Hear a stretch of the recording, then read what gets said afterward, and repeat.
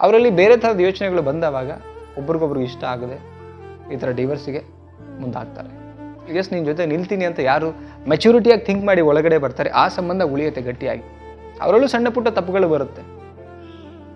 ಚಂದನ್ ಶೆಟ್ಟಿ ಮತ್ತು ನಿವೇದಿತಾ ಗೌಡ ಅವರ ಒಂದು ಡಿವೋರ್ಸ್ ಏನಾಗಿದೆ ಅದರಿಂದ ನಾವು ಕಲಿಬೇಕಾಗಿರೋದೇನು ಅಂತ ಹೇಳಿದ್ರೆ, ಸೊ ಲೈಫಲ್ಲಿ ಮೆಚುರಿಟಿ ತುಂಬ ಮುಖ್ಯ ಆಗುತ್ತೆ. ಆ್ಯಂಡ್ ಒಬ್ರಿಗೊಬ್ರು ಅಂಡರ್ಸ್ಟ್ಯಾಂಡಿಂಗ್ ಮಾಡ್ಕೊಳ್ಳೋದು ತುಂಬ ಮುಖ್ಯ ಆಗುತ್ತೆ. ನಾವು ಕಲಿಬೇಕಾಗಿರೋದು ಆ್ಯಕ್ಚುಲಿ ಸೆಲೆಬ್ರಿಟಿಗಳಾಗಲಿ ಕಾಮನ್ ಮ್ಯಾನ್ ಆಗಲಿ ಎಲ್ಲರಿಗೂ ಕೂಡ ಮದುವೆ ಅನ್ನೋದು ಲೈಫಲ್ಲಿ ಬರುತ್ತೆ. ಆ ಸ್ಟೇಜನ್ನು ನಾವು ದಾಟಬೇಕಾಗತ್ತೆ. ಸೊ ಏನಾಗುತ್ತೆ ಅಂತ ಹೇಳಿದ್ರೆ ಹೊಂದಾಣಿಕೆ ತುಂಬ ಮುಖ್ಯ ಆಗುತ್ತೆ.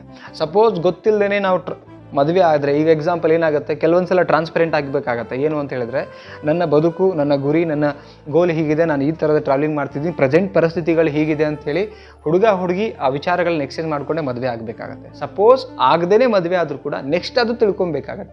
ಒಂದು ಸಲ ಒಬ್ಬರೊಟ್ಟಿಗೆ ನಾವು ಜೀವನ ಹಂಚ್ಕೊಳ್ಳೋಕೆ ಶುರು ಮಾಡಿದ್ವಿ ಅಂದಮೇಲೆ ಅದನ್ನು ಸರಿಪಡಿಸ್ಕೊಳ್ಬೇಕು.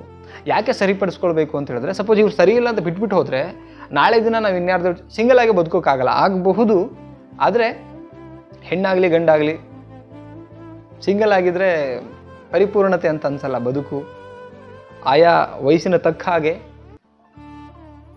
ನಾವು ಹಂತವಾಗಿ ಮುಂದೆ ಸಾಗ್ತಾ ಹೋಗಬೇಕು. ಸೊ ಆ ಕಾರಣಕ್ಕೆ ಹೆಣ್ಣು ಗಂಡು ಮದುವೆ ಆಗ್ತೀವಿ, ಮದುವೆ ಆಗೋದ್ರ ಉದ್ದೇಶ ಬಾಳಿಗೆ ಬದುಕಬೇಕು ಅಂತ ಆದಮೇಲೆ ಅಲ್ಲಿ ನಡೆಯುವಂಥ ಸಣ್ಣ ಪುಟ್ಟ ವಿಚಾರಗಳನ್ನ ಇಬ್ಬರೂ ಕೂತ್ಕೋಬೇಕು. ಸಪೋಸ್ ಗ್ರೋತ್ ಆಗಿಲ್ಲ ಅಷ್ಟು ಅಂತ ಹೇಳಿದರೆ, ಈಗ ಎಕ್ಸಾಂಪಲ್ ನಮ್ಮ ಹತ್ರ ಶಿಫ್ಟ್ ಕಾರ್ ಇದೆ ಅಂದರೆ ಬೆಂಚ್ ಕಾರ್ ಆಸೆ ಇದೆ ಅಂತ ಹೇಳಿದ್ರೆ ಇಬ್ಬರು ಸೇರಿ ಏನು ಮಾಡೋಕ್ಕೆ ಸಾಧ್ಯ?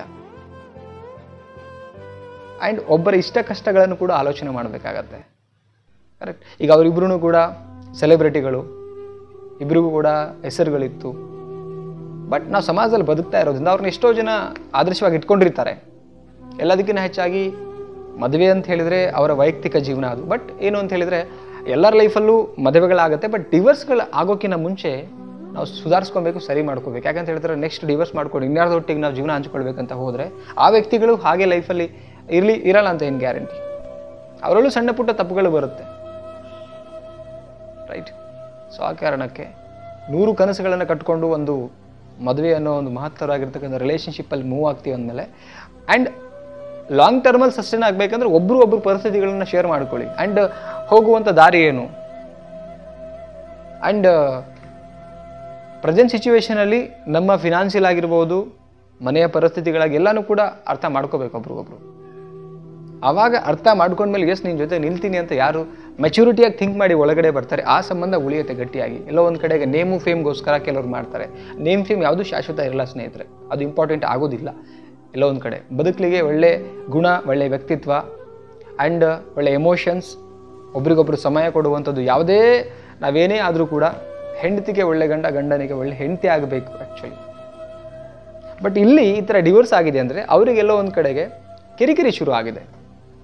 ಇವ್ರ ಥಾಟ್, ಇವ್ರ ಮಾತು, ಇವ್ರ ಎಮೋಷನ್ಸ್, ಇವ್ರು ಹಾಕುವಂಥ ಬಟ್ಟೆ ಇವ್ರಿಗೆ ಇಷ್ಟ ಆಗ್ತಿಲ್ಲ. ಸೇಮ್ ಇವ್ರದ್ದು ಥಾಟು, ಮಾತು, ಬಟ್ಟೆ ಇವ್ರು ಅಂದ್ಕೊಳ್ಳೋದು ಅದೇನಾಗತ್ತೆ ಅಂತ ಹೇಳಿದ್ರೆ ಅವರಲ್ಲಿ ಬೇರೆ ಥರದ ಯೋಚನೆಗಳು ಬಂದವಾಗ ಒಬ್ರಿಗೊಬ್ರಿಗೆ ಇಷ್ಟ ಆಗದೆ ಈ ಥರ ಡಿವೋರ್ಸಿಗೆ ಮುಂದಾಗ್ತಾರೆ. ಒಬ್ರಿಗೊಬ್ರಿಗೆ ಇಷ್ಟ ಆಗಬೇಕಂತ ಹೇಳಿದ್ರೆ ಇಬ್ಬರಲ್ಲೂ ಕೂಡ ಒಂದೇ ಥರದ ಯೋಚನೆಗಳು ಮತ್ತು ಕನಸಿರಬೇಕು, ಬದುಕನ್ನು ತಗೊಂಡು ಹೋಗುವಂಥದ್ದು. ಅವಾಗ ಮಾತ್ರ ಡಿವೋರ್ಸ್ ಹತ್ರ ಹೋಗೋದಿಲ್ಲ. ಇವತ್ತು ದೊಡ್ಡವರೆಲ್ಲ ಬಾಳಿ ಬದುಕಿದ್ದಾರೆ 70 ವರ್ಷ, 80 ವರ್ಷ, 100 ವರ್ಷ ತನಕನೂ.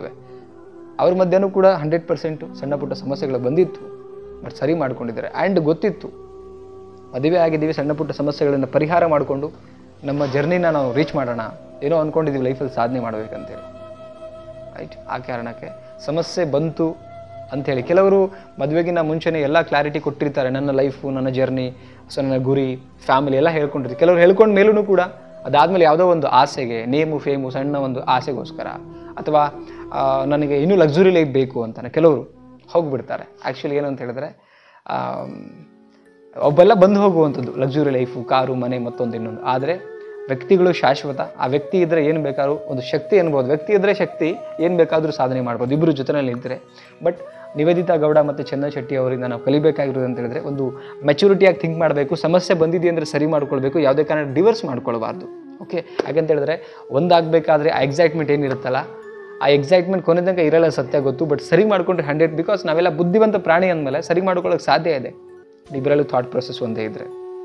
ಯಾಕಂದರೆ ಮದುವೆ 4 ದಿನದಲ್ಲ, 4 ವರ್ಷದಲ್ಲ, ಬದುಕಿರೋ ಗಂಟೆ ಇರೋದ್ರಿಂದ ಈಗ ವಿಚ್ಛೇದನ ಪಡೆದ ಮೇಲೂ ಎಲ್ಲೋ ಒಂದು ಕಡೆ ಕೊರಗೆ ಕಾಡ್ತಾ ಇರುತ್ತೆ ಅವರಲ್ಲೂ ಕಳೆದಿದ್ದ ನೆನಪುಗಳು. ಎಲ್ಲನೂ ಕಾಡ್ತಿರ್ತಾ ಆ ಕಾರಣಕ್ಕೆ. ಇದರಿಂದ ಕಲಿಬೇಕಾಗಿರೋದಂದರೆ ಯಾರ್ದೋ ಒಟ್ಟಿಗೆ ನಾವು ಮದುವೆ ಆದ್ರೂ ಫಸ್ಟು ನಮ್ಮ ವಿಚಾರಗಳನ್ನ ಒಬ್ರಿಗೊಬ್ರು ಶೇರ್ ಮಾಡ್ಕೊಳ್ಳಿ, ಬದುಕಿನ ಪರಿಸ್ಥಿತಿಗಳನ್ನ ಅರ್ಥ ಮಾಡಿಸಿ, ಹೋಗುವಂಥ ದಾರಿನ ಅರ್ಥ ಮಾಡಿಸಿ, ಹೀಗಿದೆ ನನ್ನ ಪರಿಸ್ಥಿತಿ, ಸಪೋರ್ಟಿವ್ ಆಗಿ ನಿಲ್ತೀರಾ, ಆಗುತ್ತಾ ಹೋಗುತ್ತಾ ಎಲ್ಲನೂ ಕೂಡ. ಓಕೆ, ಯಾಕಂದರೆ ಒಂದೊತ್ತು ತಿನ್ನುವಂಥ ಬ್ರೇಕ್ಫಾಸ್ಟ್ ನಾವು ಸೆಲೆಕ್ಟ್ ಮಾಡ್ತೀವಿ, ಯಾವ್ದು ನಮ್ಮ ದೇಹಕ್ಕೆ ಒಗ್ಗುತ್ತೆ, ಯಾವ್ದು ನಮ್ಮ ದೇಹಕ್ಕೆ ಆಗಲ್ಲ ಅಂತೇಳಿ.